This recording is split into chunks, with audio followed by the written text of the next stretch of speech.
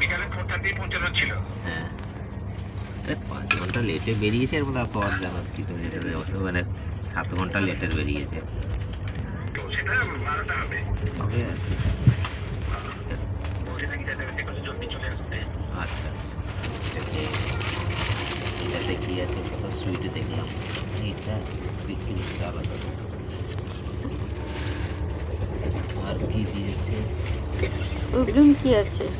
চাটনি, হ্যাঁ এটার মধ্যে সম্পাপড়ি দিয়ে থাকবে ওদের সুইট ডিশ ভাতের সাথে তো।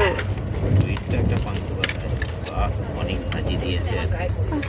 বাপরে বাপ, ভাজি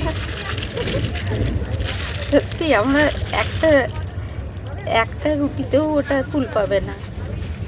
আর ওইটা কি, এটা সুইট বলুন না, কি সুইট? গোলাপ জামুন। ও, ভালো করে খুলে দেখাও। না আমার ভাই এত লাগবে না।